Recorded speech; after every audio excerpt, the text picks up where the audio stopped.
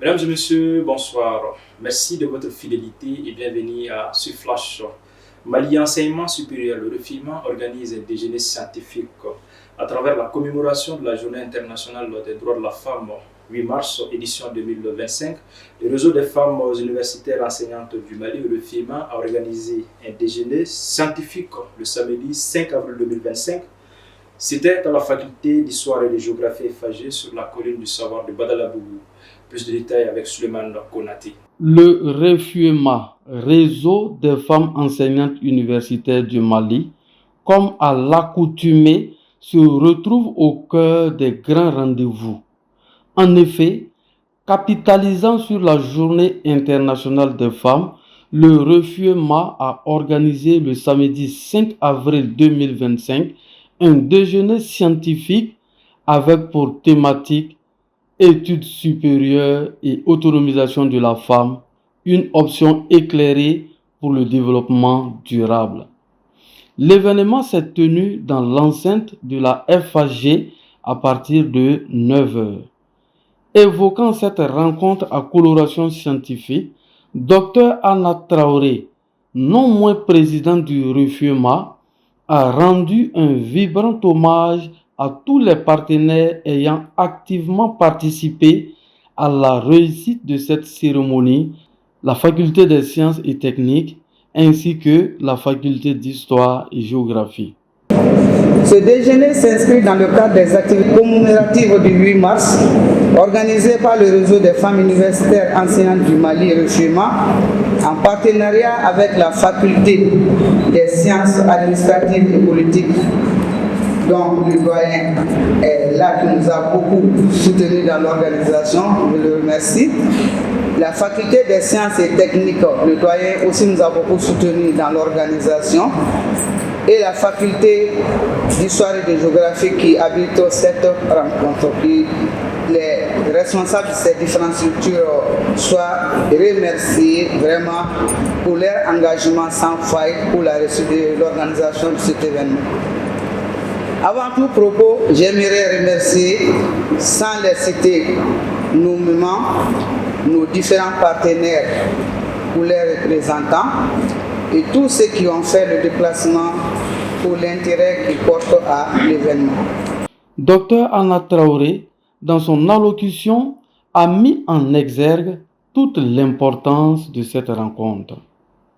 De passage, elle a exprimé toute sa gratitude à l'endroit de Dr Mariam Maïga, ancienne ministre de la promotion de l'enfant et de la famille et vice-présidente du REFUMA, qui a offert 2 bourses d'études pour le master à 2 jeunes méritantes détentrices de la licence. Mesdames et messieurs, distingués participants et invités, c'est sur cette base que, conformément au plan stratégique du REFUMA, la vice-présidente du réseau des femmes universitaires anciennes du Mali, je vais nommer Dr Koulibaly Mariam Maïga, ancienne ministre de la promotion de la femme, de l'enfant et de la famille, a bien voulu prendre en charge les frais de formation de 2 étudiantes en master et donner la chance à celles-ci d'être plus autonomes,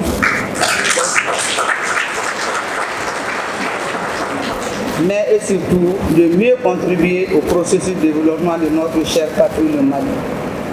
Mesdames et messieurs, 2 bénéficiaires parmi des milliers de potentielles méritantes, c'est certainement peu, mais le geste est noble.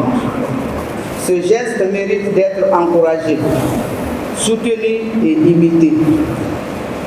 Nous osons espérer que cet acte hautement noble, salutaire et inspirant va sûrement inspirer beaucoup de bonne volonté et ainsi les années à venir vont rendre très heureuses des dizaines, pourquoi pas des centaines d'étudiantes en licence 3 et en fin de master, en prenant en charge leurs frais de formation respectivement en master et en doctorat.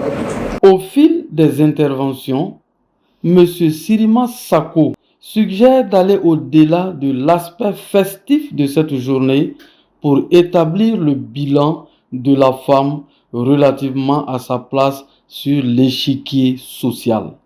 Ce soir est une marque de reconnaissance forte à l'endroit des combattants de la cause des femmes en général et des femmes rurales en particulier. À titre de rappel, ces femmes ont joué et continuent de jouer un rôle très important sur le plan politique, sur le plan économique, sur le plan social et culturel. Et l'illustration est là parce qu'elle contribue, elle constitue le moteur de l'économie informelle à travers les activités génératrices de revenus qui sont totalement réinvesties pour le bien-être de la famille. Elles sont à la base de la production de 60 à 80% de la nourriture en Afrique au sud du Sahara. Elle assure 50% de la production de la planète, contribuant ainsi à la réalisation de la sécurité alimentaire et nutritionnelle. Elle assure 90% des besoins en eau et en combustible. Elle représente 70% de la main-d'œuvre agricole et de la population active agricole. Elles sont les garantes de la biodiversité et de la gestion des ressources naturelles. Elles sont au cœur de l'éducation des enfants au sein de la famille et l'accès à la santé. Pour Maître Soyata, le combat pour l'autonomisation de la femme devrait impliquer davantage les hommes. En y laissant une contribution de qualité, en associant également pour la première fois les chercheurs, les hommes intellectuels à des débats de femmes. Parce qu'entre femmes, nous sommes restés longtemps à discuter entre nous-mêmes. Or, sans l'apport des hommes, sans la contribution des hommes, sans l'accompagnement des hommes, les problèmes ne seront pas, les résultats ne seront pas satisfaisants. Les résultats ne seront pas à hauteur de souhait, parce qu'il y a moins de femmes que d'hommes dans les instances de prise de décision. Et donc, c'est les hommes qui sont au plus haut niveau et qui vont y rester peut-être tant que les tendances ne seront pas inversées. Au cours de ce déjeuner scientifique, de nombreux invités, et non des moindres, ont éclairé la lanterne des participants à travers des contributions constructives.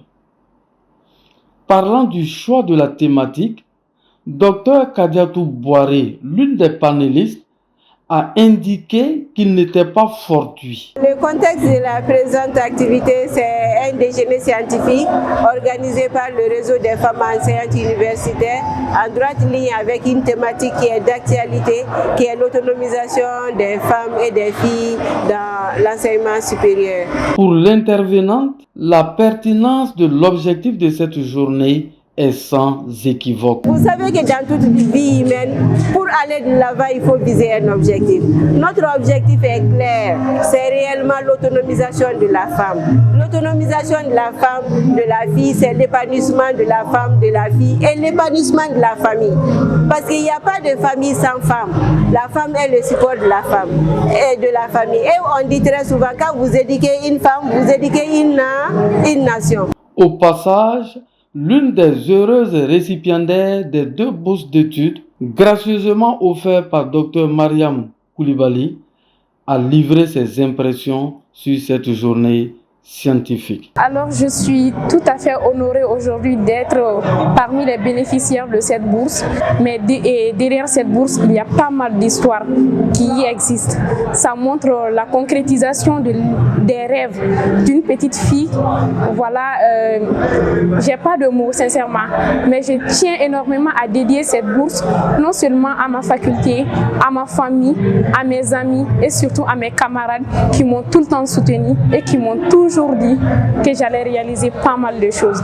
C'est sur ces différentes interventions que les rideaux se sont refermés sur cette journée scientifique pour rouvrir certainement sur d'autres activités dans le cadre du combat pour l'autonomisation de la femme. Chapeau au Rufiema.